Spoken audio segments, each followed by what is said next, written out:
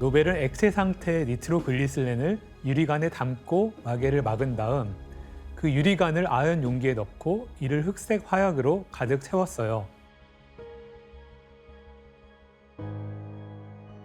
그리고 이제 아연 용기 끝 도화선에 이제 불을 붙인 후 이제 운하에 던져보는 실험을 했습니다.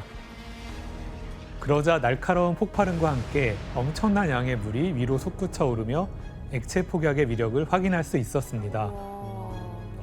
처음으로 액체 폭약을 수중 폭발시키는데 성공한 거죠. 이 액체 폭발 개발에 성공할 당시 노벨의 나이는 30세였습니다. 와, 진짜 어렵다. 그는 폭약 완성 후에 고향 스톡홀름으로 돌아와서 폭약 제조 방법에 대한 특허를 받게 됩니다. 알프레드 노벨 소유 특허 왕립 상업위원회는 알프레드 노벨에게 10년 동안 유효한 특허를 부여합니다. 이 특허는 화약을 사용하는 폭발 장치의 제작 및 사용법에 관한 것입니다. 네, 이 특허장에서는 신호나 경고를 통해 폭발하게 되는 뇌관의 특징과 폭발하는 시점을 조절할 수 있는 장점에 대해서 언급을 하면서 특허를 부여했습니다. 와, 엄청 많. 교수님, 근데 이전에도 뭔가 그 폭약이라는 게 있었을 텐데 왜 노벨의 이 액체 폭약이 특허를 받을 만큼 뭔가 인정을 받았던 건가요?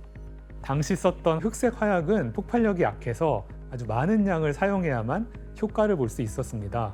비효율적이었겠네요. 네, 그렇습니다. 그러다 보니까 대규모 폭발 작업을 할 때는 이제 아주 비효율적이었고요.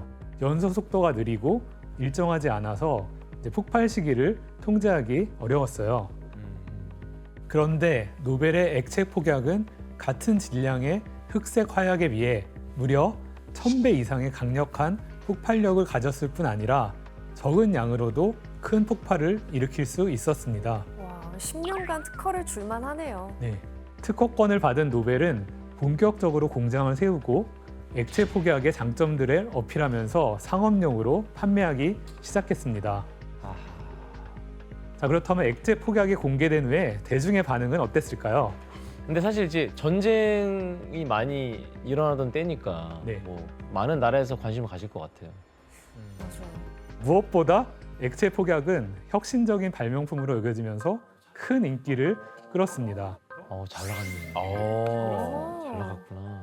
그리고 이제 여기에는 시대적인 변화가 큰 몫을 했습니다.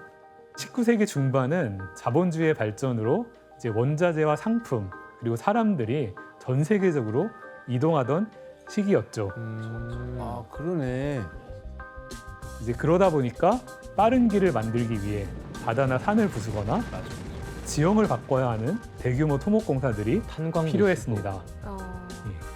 이런 상황에서 방산업자, 건축업자들에게 액체 폭약에 대한 소문이 퍼지면서 노벨은 큰 성공을 얻게 된 것입니다.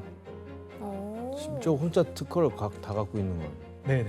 이렇게 액체 폭약이 성공적으로 산업에 활용하게 되자 노벨은 엄청난 돈을 벌어들이면서 발명가이자 사업가로 승승장구하게 됩니다. 하지만 1864년 9월 노벨의 인생에 씻을 수 없는 엄청난 비극이 터지게 됩니다.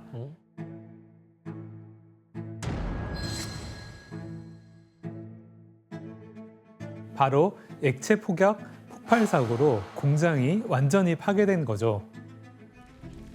아이고. 야, 완전 다 불탔나 보다. 길거리에 실려 나오고 뭐. 진짜 사람도 많이 네. 다쳤나 보네요. 날라갔네. 사고 현장에 도착한 사람들은 참혹한 광경을 목격했습니다. 가장 끔찍했던 것은 여기저기 흩어져 있는 시신들이었습니다.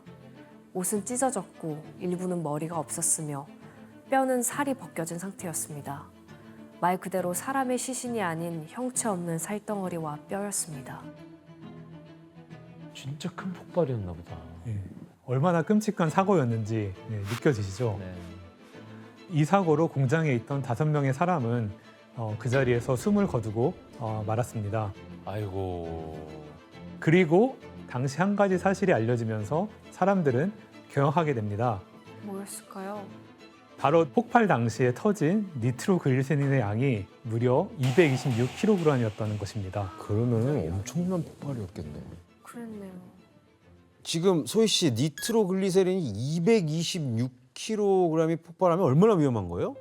이제 니트로글리세린 70g 정도가 터지면 1.5m 내에 있는 사람은 죽게 되고 2.5m 내에 있는 사람들은 폐가 손상돼서 응급치료가 필요하게 되고요. 또 6m 정도에 있으면 고막 손상을 경험한다고 해요. 그게 70g만으로. 네, 네. 그만큼만으로도. 근데 이제 226kg면은 이것보다 한 3,000배 정도 많은 양이거든요. 그러니까 공장 하나를 잿더미로 만들고도 충분히 남을 만큼의 양이죠. 와 이거 엄청난 사고였네. 공장뿐만 아니라 주변 다 터졌겠네. 그러니까요. 그러니까요. 와. 그런데 비극은 이게 전부가 아니었습니다. 사고 소식을 듣고 공장으로 달려간 노벨은 그 자리에서 무너지면서 절명하게 됩니다. 바로 불에 탄 시신이 있었는데 그 시신이 차고 있는 시계 때문이었습니다. 그 시계는 노벨이 동생 에밀에게 선물한 시계였습니다. 에밀 힘들게 얻은 동생? 막내 아들이잖아요. 가장 사랑하던. 네, 맞습니다. 동생 에밀은 노벨을 도와 액체 폭약을 연구했다고 합니다.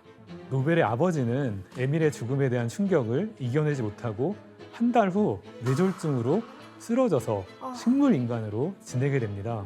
말도 안 돼. 이에 노벨은 어떤 결정을 내렸을까요? 그만하죠. 나 같으면 트라우마 생겨가지고 안 하겠어. 진짜 그래요, 트라우마 막내 너무 동생까지. 컸을 것 같아. 정상적이면은 안 하죠. 가족을 잃었는데. 쳐다도 안 보지. 하지만 맞아요. 노벨은 사실 절대 포기할 생각이 없었다고 합니다. 또 폭발 사고로 인한 경제적 손실이 엄청난 상황에 스웨덴 철도청에서 터널 공사에 사용할 액체 폭약의 주문이 밀려 있었던 거죠. 노벨로서는 어쩔 수 없이 액체 폭약 생산을 계속해야 했습니다. 하지만 스웨덴 정부는 주거 지역 인근에 공장 건설을 금지했고 교외에 공장을 세우는 것 역시 반대하는 시민들의 목소리가 끊이지 않았기 때문에 쉽지 않았습니다. 너무 위험하니까. 와, 주문은 그렇게 하면서 짓지 말라고 하는.